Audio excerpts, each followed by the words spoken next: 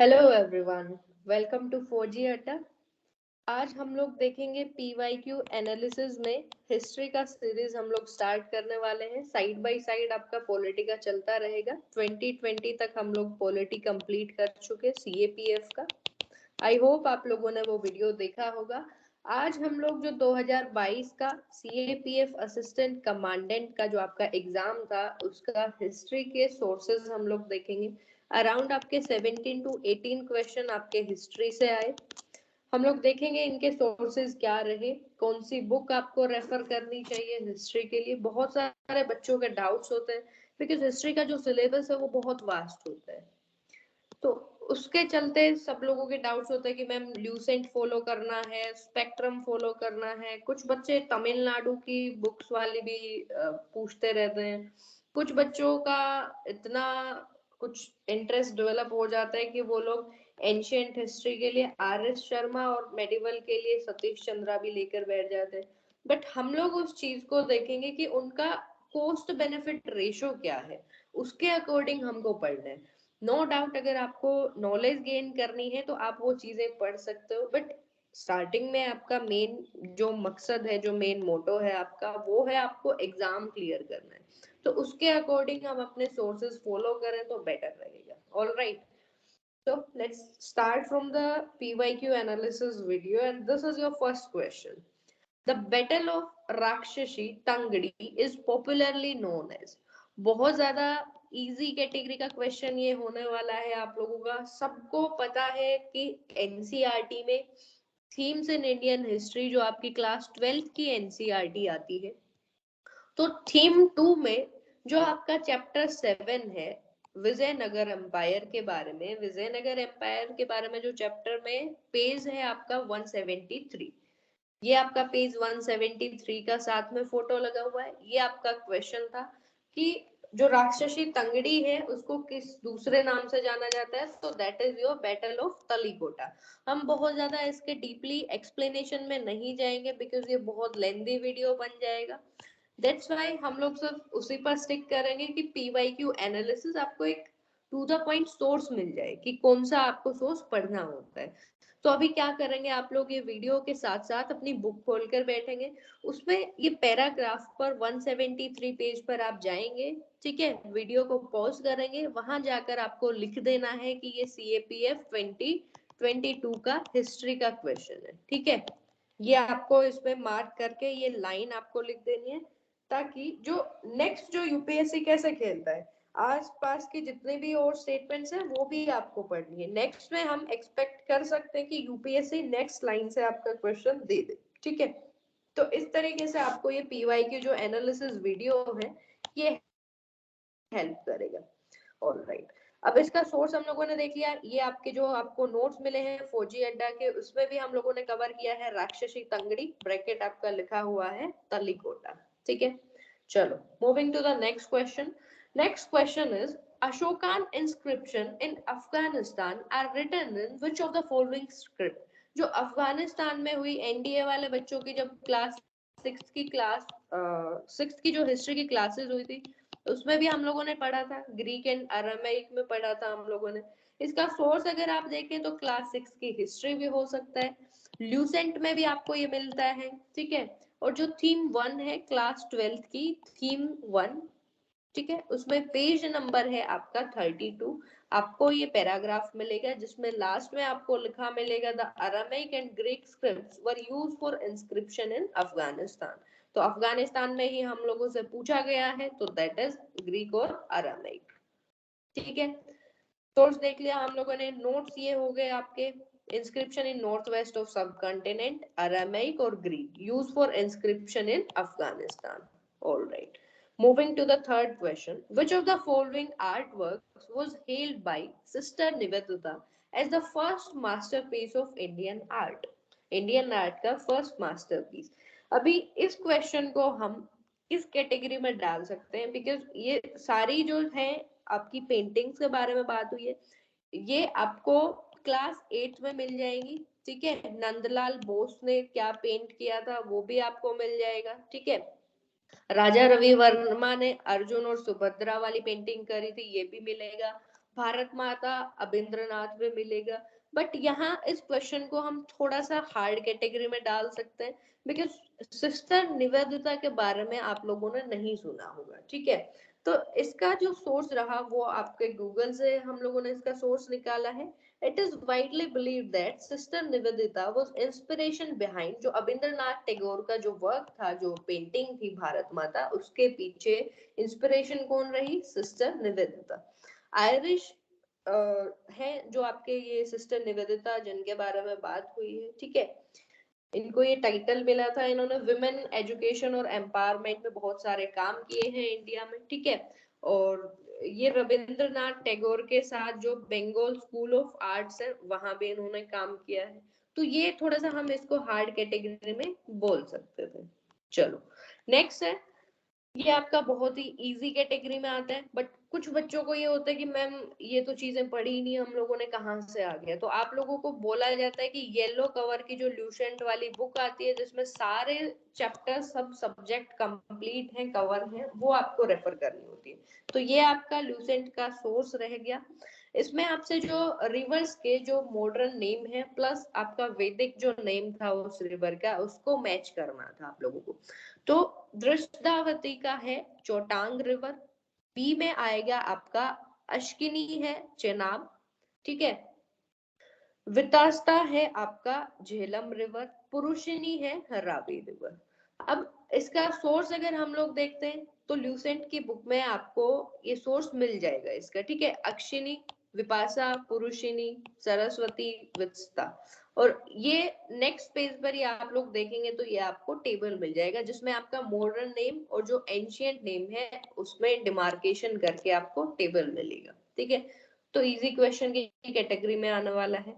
Next है, when was the Kothari commission appointed by the government of India education sector में reform के लिए, कुछ रिकमेंडेशन के लिए? ये आपका डायरेक्ट गूगल से आपको मिलेगा। कभी अगर आपने नेशनल एजुकेशन पॉलिसी के बारे में पढ़ा होगा, स्पेक्ट्रम में भी आपका कोठारी कमीशन मिल जाएगा, बट इतना डीपली उसको कोई बच्चा नहीं पढ़ता, तो इसको हम मॉडरेट कैटेगरी में रख सकते हैं। अगर किसी को ईयर वाइज वैसे याद हो कभी पढ़ा हुआ एजुकेशन रिफॉर्म जो आप पेपर 2 में लिखते हो, उनके रिगार्डिंग अगर आपने कमिटीज और कमीशन में लिखा है अपने फोल्डर पॉइंट्स में, तो आप ये इजीली सोल्व कर सकते हो। बट इसको हम एनसीईआरटी से ना मानते हुए मॉडरेट कैटेगरी में रख सकते हैं। Next, which among the following is credited with the introduction and popularization? अब बात आ गई दो चीजों की, इंट्रोडक्शन भी और पॉपुलराइजेशन। तो इसमें आपका आएगा राजा मानसिंह तोमर ऑफ ग्वालियर। वैसे आपका तानसेन भी आ सकता था, बट दोनों चीजों के बारे में पूछा है, ध्रुपद म्यूजिक के बारे में, तो आपका फर्स्ट ऑप्शन करेक्ट होगा।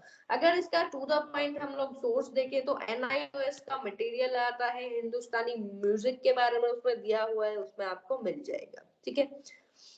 नेक्स्ट है, स्टेटमेंट आप लोगों से पूछा है कि कौन सा करेक्ट है। The first statement is the early Malwa school of paintings. अब मालवा स्कूल के बारे में पूछा है, वो इन्फ्लुएंस्ड बाय शिराजी जो स्कूल था उससे इन्फ्लुएंस थी।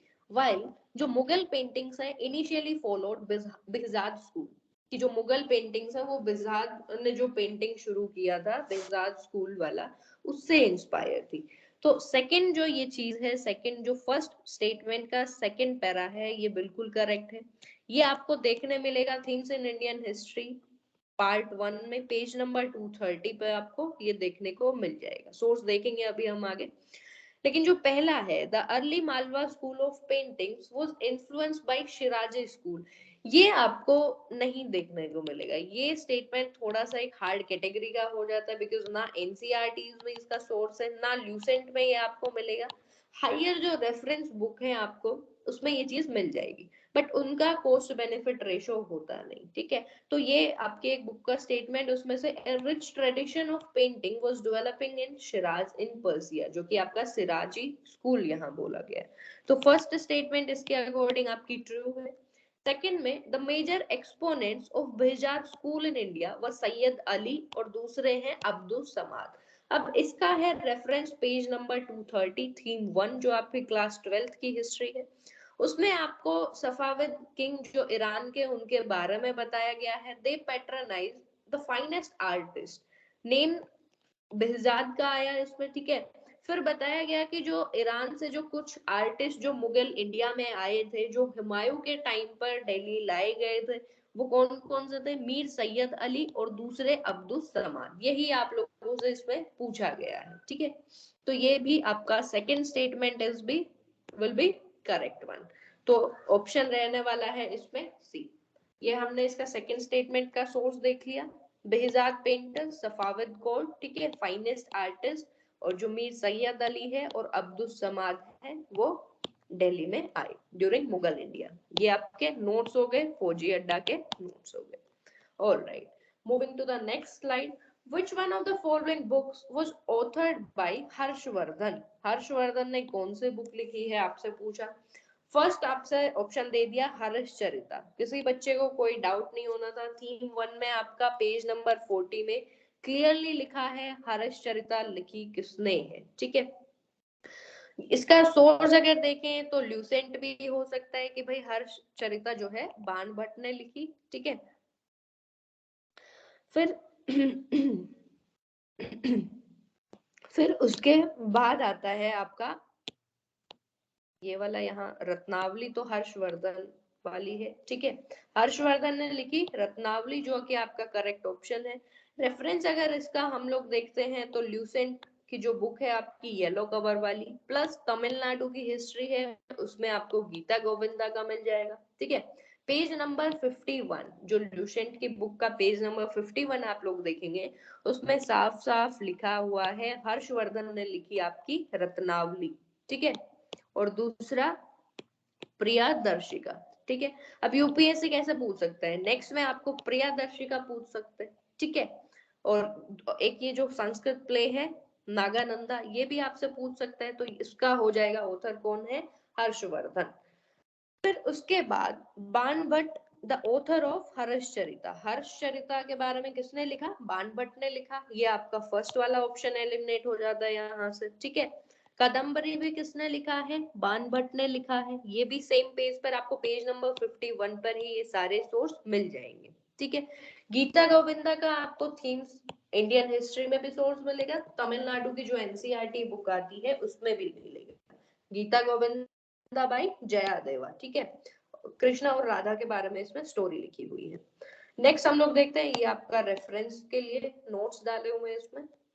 फिर है द किंग ऑफ डांस इस डिस्क्रिप्शन हो, बहुत इजी कैटेगरी में इसको डालेंगे, इसमें कोई ऐसा रूल आपको लगाना नहीं था, सबने पढ़ा हुआ है छोटे बचपन से। आप जो अगर आप शायद आप लोगों ने मे बी यूज करी हो, हम लोगों ने तो यूज करी थी, ज्योमेट्री आती थी हम लोगों की, ज्योमेट्री बॉक्स वो आता था आयरन वाला, कभी लोहे वाला यूज किया है उसको? बच्चे जब नया नया लेके आते हैं ना, तो इस तरीके का होता है कुछ, ठीक है। ये उसके ऐसे बंद होने का होता है, तो उसको जानबूझ के बच्चा जब नया लेके आता है ना, तो उसको बहुत टाइटली उसको ओपन करके दिखाता रहता है कि देखो मेरे पास नई है, जबकि वो खुल जाती है इजीली, बट फिर भी उसको दिखाना होता है कि हाँ भाई नई है, तो हार्डली ये मैं इसको खोल पा रहा हूँ, ठीक है। तो उस पे क्या होता था, ये वाली जो मूर्ति आपकी होती थी नटराज की, ये हर किसी ने उसमें देखी हुई मिलेगी, ठीक है, शिवा की, ठीक है। तो ब्रोंज जो चोलाज ने इन्होंने बनाया, ब्रोंज नटराज ऑफ चोलाज।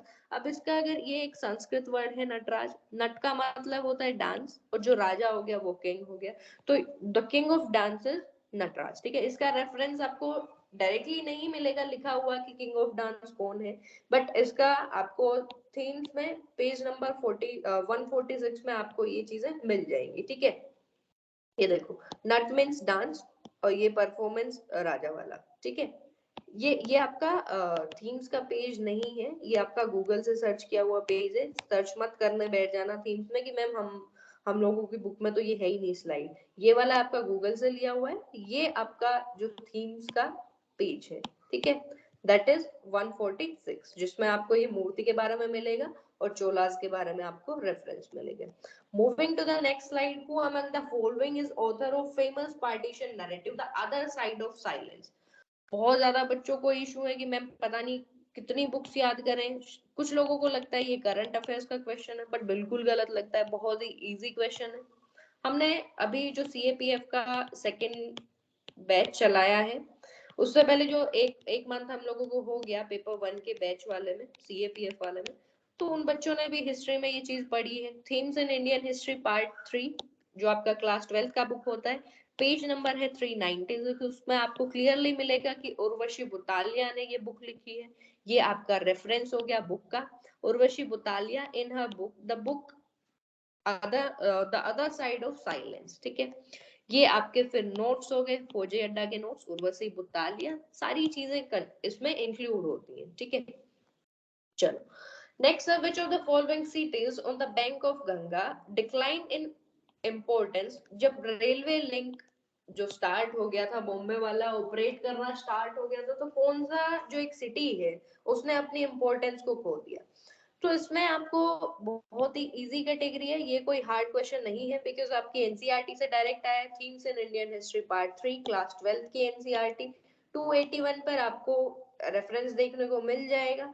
जो मेन रेफरेंस है इसका 323 पर मिलेगा। ये आपकी फोटो है, बिल्कुल एज इट इज यूपीएससी ने स्टेटमेंट उठाकर दे दिया, कुछ भी चीजें चेंज नहीं की। Mirzapur on the Ganga when which specialized in collecting cotton and cotton goods from Deccan declined when a railway link was made to Bombay। ठीक है, तो ये आपका हो गया मिर्जापुर।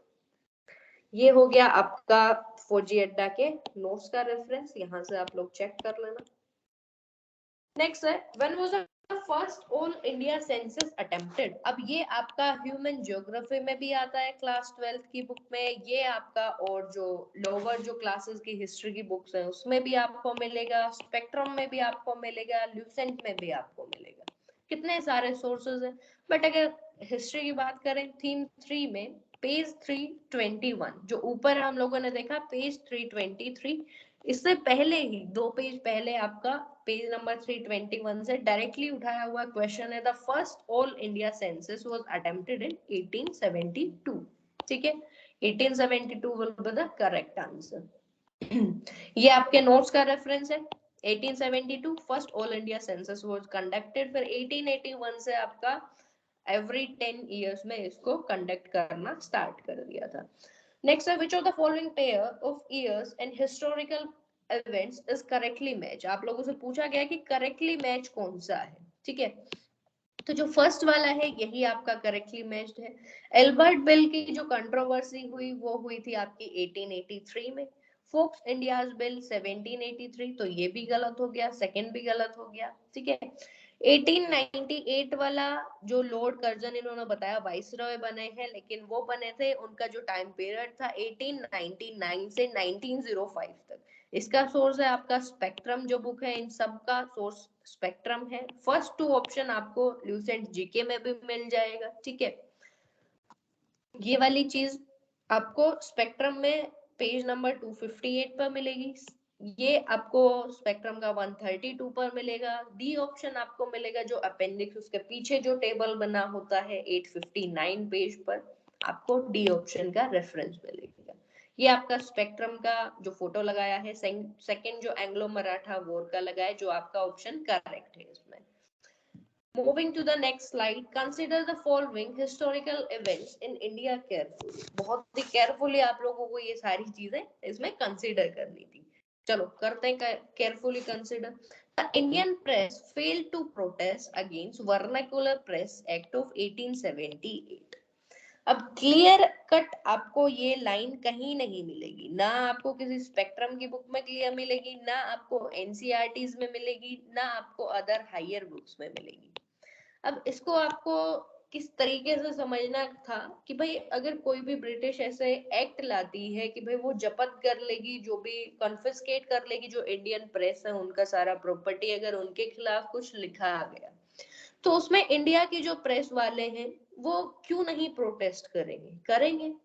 ठीक है, तो इसमें लिखा है कि वो फेल हो गए प्रोटेस्ट करने में, बल्कि इस हद तक इस चीज के प्रोटेस्ट हुए थे कि 1878 में ये चीजें आई थी आपकी, लेकिन प्रोटेस्ट और स्ट्रॉन्ग अपोजिशन के चलते रिपन को रिपील करना पड़ा 1882 में इस चीज को।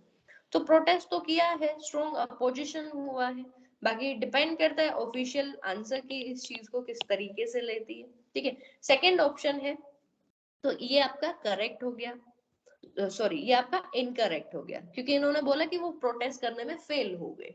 नेक्स्ट है the vernacular press act of 1878 was introduced by Viceroy Lytton। ठीक बात है, यहाँ तक ठीक है।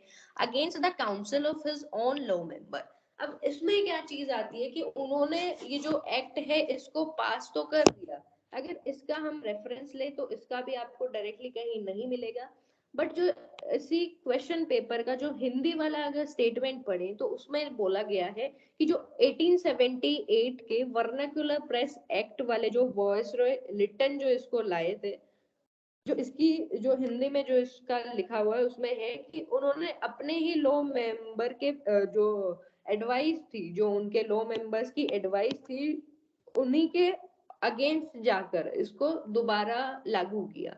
तो ये चीज है, लेकिन ये चीज कुछ हद तक गलत हो जाती है बिकॉज ये ब्रिटिश के इंटरेस्ट में ही थी ये सारी चीजें, ठीक है। तो अभी डिपेंड करता है ऑफिशियल आंसर की में सेकंड वाला ऑप्शन किस तरीके से देखा जाएगा, वेट करते हैं उस चीज के लिए। फर्स्ट वाले का रेफरेंस आपको 590 पेज पर मिल जाएगा स्पेक्ट्रम की बुक में। हम लोगों के अकॉर्डिंग इसका जो आंसर आना चाहिए था, ये सेकंड भी इनकरेक्ट हो गया, तो इसका आंसर आना चाहिए नीदर वन नॉर टू, ठीक है। Moving to the next slide, agency houses के बारे में बोला है, हार्ड क्वेश्चन है, ठीक है, स्किप कर देते तो भी बहुत अच्छी बात थी बिकॉज अटेम्प्ट करते इसको तो गलत ही करके आते, ठीक है, क्योंकि ये पेपर के बाद इनका रेफरेंस ढूंढना और बताना कि भाई गूगल से आया है, ये चीजें आई है, ये बहुत इजी टास्क है। लेकिन जब प्रेशर में आप वहां बैठते हो ना पेपर में, तब ऐसे क्वेश्चन अटेम्प्ट करना बहुत ही ज्यादा मूर्खता होगी अगर आपको नहीं पता वो चीज। तो एजेंसी हाउसेस के बारे में, they were important commercial formation in the late 18th and 19th century। तो ये बात गलत है, अगर इसका रेफरेंस हम लोग देखें तो एजेंसी हाउसेस जो आपके डेवलप होना शुरू हो गए थे 17 टू 18 सेंचुरी में हुए थे, ठीक है। ये आपका विकिपीडिया से लिया हुआ है ये फोटो आपका, ठीक है। दूसरा है the operation of managing agencies remain confined to Calcutta. अभी सिर्फ कलकत्ता में ये चीज नहीं होने वाली थी, बहुत सारी ऐसी जो मेन एजेंसी हाउसेस क्या होते थे, जो कंपनी होती थी, जैसे ईस्ट इंडिया कंपनी के रूल के अंडर अगर हम लोग लगाएं तो ट्रेडिंग करने के लिए ये बहुत सारी एक ट्रेड जो भी सामान होता था उसको वहां रखने के लिए, स्टोर करने के लिए जो एजेंसी हाउसेस थे इनको इन्वॉल्व किया जाता था कि कितना एक्सपोर्ट करना है, क्या उस कमोडिटी का जो हम लोगों को मिलने वाला है, कितनी फाइनेंशियल डील्स जो होती थी वो सारी ये लोग करते थे।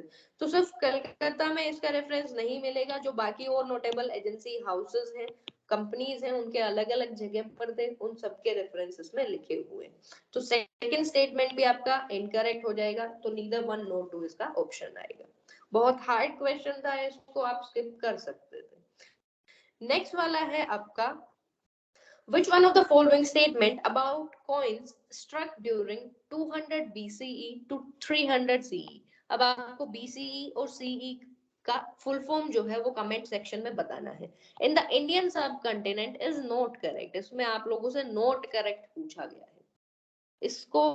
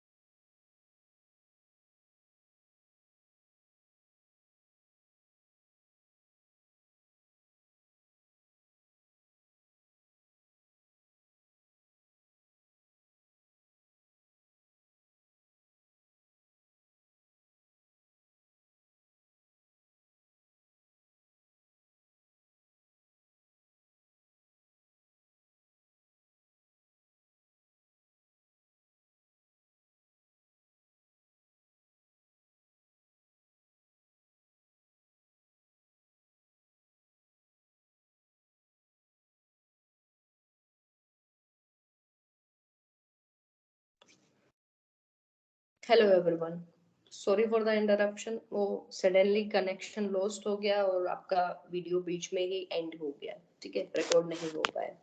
अभी हम लोग पढ़ेंगे नेक्स्ट क्वेश्चन जो हम लोग देख रहे थे अपना हिस्ट्री का। इसमें इस क्वेश्चन को हम वेरी हार्ड कैटेगरी में डाल सकते हैं, बिकॉज जो 4 ऑप्शन है आपके, चारों के सोर्स के लिए आपको डिफरेंट डिफरेंट बुक्स पढ़नी पड़ती, उसके बाद भी कोई इसका श्योर नहीं है कि आप एग्जाम के प्रेशर में इसको बिल्कुल ठीक करके आते। ठीक है, हम लोगों से नोट करेक्ट पूछा गया है कि जो कॉइन्स बने थे 200 BC से 300 CE के अराउंड, जो इंडियन सब कॉन्टिनेंट में कॉइन्स बने थे, उनके रिगार्डिंग कौन सा स्टेटमेंट आपका इनकरेक्ट है। तो फर्स्ट अगर देखें, the Indo Greeks introduce bilingual and biscript legends on their coins, बिल्कुल सही बात है। RS शर्मा में भी आपको रेफरेंस मिलेगा। NS stands for Nitin Singhania sir की जो बुक आती है, पेज नंबर 770 पर आपका इंडो ग्रीक कॉइन्स के बारे में डिस्कशन हुआ है। तो हम लोग अगर इसका रेफरेंस देखें, the legends on their Indian coin वो मेंशन इन 2 लैंग्वेज, लैंग्वेज 2 है ग्रीक और खरोस्ती, इनकी स्क्रिप्ट भी 2 तरह की है, तो अपने आप बाइलिंगुअल और बाइस्क्रिप्ट हो गया। तीसरा ऑप्शन है the Satavahanas issued coins of silver, copper, lead और पोटीन, सही बात है। पोटीन के भी बनते थे इनके कॉइन्स, पोटीन होता है अलॉय ऑफ सिल्वर और कॉपर से बना हुआ। ठीक है, लेड से भी बनते हैं आपके। ठीक है, रेफरेंस है इसका आपका नितिन सिंघानिया की बुक अगेन। एंड जो सिल्वर कॉइन्स है वो कुछ रेयर होते थे, लेकिन बने सिल्वर के भी होते थे। किसके कॉइन? सतवाहनास के कॉइन। ठीक है, तो सतवाहनास के कॉइन का अगर रेफरेंस हम लोग देखते हैं तो उसमें मिलता है Satavahanas mostly use lead silver coins जो आपके रेयर थे। ठीक है, next to lead they use alloy of silver and copper. ठीक है, सिल्वर और कॉपर का अलॉय हो गया और कॉपर के कॉइन्स हो गए। तो स्टेटमेंट भी आपका बिल्कुल करेक्ट हो जाता है। फिर सेकंड स्टेटमेंट जो इसमें आपका बेसिकली आंसर रहने वाला है कि डायरेक्टली उस चीज को हम डिस्कस करें, तो the Kushans maintain large quantities of gold coins as well as copper coins of lower denomination. तो ये बात ठीक है, वो कॉपर के कॉइन्स जो लो डेनोमिनेशन के थे वो रखते थे। आपका RS शर्मा की बुक है, पेज नंबर 106, आप लोग अगर इसका देखेंगे, ये रहा 106 आपका पेज नंबर। एंशिएंट हिस्ट्री जो RS शर्मा की आती है, उनकी बुक में अगर देखेंगे, we came across 2 successive dynasties के बारे में बताया है, जो कुशान्स की 2 सक्सेसिव डायनेस्टीज हैं। तो फर्स्ट जो थे उन्होंने इश्यू किए हैं आपके कॉइन, कॉपर के कॉइन्स। ठीक है, सेकंड जो थे उन्होंने गोल्ड मनी, जो गोल्ड के कॉइन्स हैं वो इन्होंने मिंट किए हैं। ठीक है, तो कॉपर वाला भी हो गया और आपका गोल्ड वाला भी हो गया, ये दोनों चीजें यहाँ तक करेक्ट। उसके बाद हम देखते हैं इसमें इनकरेक्ट चीज क्या है। The early Kushan Kings issued numerous gold coin, बहुत ज्यादा गोल्ड कॉइन इन्होंने मिंट किए हैं, इशू किए हैं, और जो कि हायर गोल्ड कंटेंट होता था, अगर कंपेयर करें जो गुप्ता पीरियड के कॉइन्स थे उनसे ज्यादा आपका कुशान्स के इसमें गोल्ड कॉइन्स में मिलता था, आपका ज्यादा वेट के होते थे ये। ठीक है, तो इसमें हम नहीं बोल सकते कि जो गोल्ड कॉइन्स है, सेकंड स्टेटमेंट आपका ठीक है कि कॉपर कॉइन्स लो डेनोमिनेशन के थे, लेकिन गोल्ड कॉइन्स लो डेनोमिनेशन में इन्होंने नहीं इशू किए, बहुत ही न्यूमरस अमाउंट में, सब्सटेंशियल अमाउंट में इन्होंने इशू किए हैं। तो जो इनकरेक्ट आपसे पूछा है यही स्टेटमेंट आपका इनकरेक्ट हो जाएगा। बाकी ऑफिशियल जो आंसर की आती है उसका हम लोग इंतजार करते हैं। फोर्थ स्टेटमेंट भी आपका ठीक है, जो ये नेगामा कॉइन्स थे इनका डिक्लाइन जो हुआ वो दिखाता है कि जो मर्चेंट्स की जो पावर थी, जो उनकी अथॉरिटी थी, जो मर्चेंट गिल्ड्स क्या होती हैं, जो मर्चेंट्स इकट्ठे होकर अपने आप का एक वो बना लेते हैं ऑर्गेनाइजेशन, उसको गिल्ड या श्रेणीज बोला जाता है। ठीक है, थीम्स इन इंडियन हिस्ट्री में हम लोगों ने पढ़ा है ये चीज, तो ये करेक्ट ऑप्शन है। रेफरेंस इसका अगर देखें, ये गूगल से भी आपका एक सर्च करके इसमें रेफरेंस डाला है कि जो Kushans first Indian kingdom to mint gold coins in substantial quantities, बहुत ज्यादा डेनोमिनेशन में, और जो कॉपर कॉइन्स थे वो लेजर डेनोमिनेशन में थे। ठीक है, moving to the next slide. Next है आपका which one of the following was not, इसमें भी आपका नोट पूछ लिया, not a feature of art of painting in India century में, जो इंडिया जो सब कंटिनेंट है उसमें क्या आपकी पेंटिंग्स वगैरह चल रही थी, उसके बारे में आप लोगों से पूछा गया है। तो इनकरेक्ट ऑप्शन आपसे पूछा है, और art was being produced for the open market, printing press develop हो चुके थे, जो आपके कॉमन पीपल थे वो लोग एक्सेस कर सकते थे, तो ठीक बात है, ओपन मार्केट सबके लिए होता था। लेकिन कुछ डिस्टिंक्शन होता था, जो एलाइट जो पीपल होते थे वो कमीशन करते थे बढ़िया जो पेंटर्स होते थे। जैसे क्लास 8 की जो आपका पेज नंबर, इसका रेफरेंस है चारों ऑप्शन का, पेज नंबर 130 से 135। ठीक है, हम लोग बुक में पढ़ेंगे, अभी वो चीजें लेंथी हो जाएंगी कि सारी चीजें बताई जाए। तो बुक का नाम, जो चैप्टर का नाम है, that is the changing world of visual arts. उसमें आपको ये देखने को मिल जाएगा 18th सेंचुरी में जो ब्रिटिशर्स आए, अपने साथ न्यू जो स्टाइल्स थे वो अपने साथ लेकर आए, रियलिज्म का आइडिया आया, ऑयल पेंटिंग्स इन्होंने स्टार्ट कर दी। तो ये बात हुई है आपकी 18th सेंचुरी की। अगर वैसे बात करें कि ऑयल पेंटिंग्स जो है वो कब डेवलप हुई, तो वो आपकी हुई थी 7th सेंचुरी में हुई थी। लेकिन हम लोगों से इंडियन सब कॉन्टिनेंट के बारे में पूछा गया है 19th सेंचुरी के रेफरेंस में। ठीक है, और अगर नेशनल आर्ट की बात करें तो सबसे मेन जो फिगर आता है राजा रवि वर्मा का आता है, ऊपर स्लाइड्स में भी हमने पढ़ा। ठीक है, तो राजा रवि वर्मा का अगर बात करें तो एंड 19th सेंचुरी में इन्होंने चलाया था। ठीक है, इन्होंने जो जो ट्रेडिशनल आर्ट थी, जो मिनिएचर जो पेंटिंग्स हुआ करती थी मुगल्स के टाइम की, उनको मिला दिया गया था, उस आर्ट को इन्होंने मिलाने की कोशिश करी थी। जो ब्रिटिशर्स जो आर्ट्स लेके आए थे, रियलिज्म वाला फैक्टर प्लस में आपका जो ऑयल पेंटिंग्स है वो सब चीजें। तो जो ऑयल पेंटिंग की टेक्निक है वो आपकी 19th सेंचुरी में नहीं डेवलप हुई थी, तो ये आपका इनकरेक्ट स्टेटमेंट हो जाएगा। ठीक है, रेफरेंस के लिए ये आपके सारी चीजें एनसीईआरटी की उसमें डाली हुई है। इसको हम मॉडरेट लेवल का बोलेंगे, बहुत ज्यादा इजी भी नहीं था, बहुत सारी स्टेटमेंट्स आपको याद रखनी पड़ती, प्लस ये आपको एलिमिनेट करना पड़ता है एक ऑप्शन। ठीक है, तो इसको हम मॉडरेट कैटेगरी में डालते हैं। नेक्स्ट है आपका, which of the following statement is correct about Tolkappiyam. Very easy, very very very easy. ठीक है, ल्यूसेंट में भी आपको मिल जाएगा, तमिलनाडु की हिस्ट्री में भी मिल जाएगा, बट हम लोगों को सोर्सेज कौन से फॉलो करने हैं, ल्यूसेंट से जब काम बनता है तो आपको ये बुक्स क्यों पढ़नी है। ठीक है, पेज नंबर 40 पर, it was composed bye Panini. Note correct आपसे पूछा गया है, याद रहे। तो अगर पाणिनि ने नहीं किया तो किसने किया, वो चीज हम देखेंगे। ये एक ग्रामर की बुक है, बिल्कुल सही बात है। It was composed between 1st to 4th century, ठीक बात है। It was part of Sangam corpus, जो संगम पोएम जो हुई थी उन सब के बारे में बोला गया है इसमें। ठीक है, तो Tolkappiyam an early work on Tamil grammar written by Tolkappiyar. तो किसने लिखी, तोल्कापियार ने, लेकिन इसमें बताया गया पाणिनि ने। पाणिनि ने मेन जो बुक आती है वो है आपकी अष्टध्यायी। ठीक है, अष्टध्यायी इनसे कनेक्ट होती है, और काफी सारी बुक्स हैं बट जो मेन है वो अष्टध्यायी होती है पाणिनि की। ठीक है, नेक्स्ट आपके सोर्सेज अगर हम लोग देख लें, यहाँ तक आपके क्वेश्चन सारे खत्म होते हैं। जो 2022 का है वो सब हम लोगों ने पढ़ लिया। अभी अगर इस पूरी वीडियो को हम समराइज करें तो बुक्स लिख लेते हैं हम लोग एक बार। थीम्स जो आपको पढ़नी होती है, थीम 1 से कितना आया, थीम 2 से कितना आया, थीम 3, ये आपकी 12th क्लास की बुक्स हो गई। ठीक है, इधर साइड लिख लिया हम लोगों ने ल्यूसेंट की जो येलो कवर की जीके बुक आती है वो, यहाँ लिख दिया स्पेक्ट्रम। ठीक है, यहाँ लिख दिया मिसलेनियस कैटेगरी। अब मिसलेनियस कैटेगरी में कुछ इजी भी होंगे, कुछ हार्ड होंगे, कुछ का आप रेफरेंस ल्यूसेंट से भी निकाल सकते हो, बट चलो उनको एक हम मिसलेनियस में ही रख लेते हैं। ठीक है, फिर आती है आपकी क्लास 8 की बुक आती है, एक होती है आपको पढ़ने के लिए 7th की, और फिर है आपकी क्लास 6 की। ये आपके सोर्सेज आपको बोला जाता है कि आप पढ़ो। ठीक है, ये मिसलेनियस आप नहीं पढ़ सकते, स्पेक्ट्रम भी आप लोग स्किप कर सकते हैं, बट ये वाली चीजें आपको पढ़नी होती हैं, ये एनसीईआरटीज प्लस आपका ल्यूसेंट का येलो कवर बुक। तो इसमें अगर देखें थीम 1 से आए आपके 2 क्वेश्चन। ठीक है, 2 क्वेश्चन थीम 1 से। थीम 2 से आया आपका 1, थीम 3 से आए हैं आपके 3 क्वेश्चन डायरेक्टली आए हैं। जो ये एनसीईआरटी वाले हैं इसमें तो कहीं एलिमिनेट करने का भी जरूरत नहीं था। ठीक है, डायरेक्ट आपके क्वेश्चन टू द पॉइंट लिखे हुए हैं। उसके बाद अगर क्लास 8 की बात करें तो ये आपने जो अभी पेंटिंग्स वाला देखा, ये उसमें से सॉल्वेबल है, 1 हो गया आपका। 7th और 6th क्लास से नहीं आए आपके, जो 2021 वाला पेपर होगा उसमें आपको 7th क्लास से बहुत ज्यादा देखने को मिलेंगे।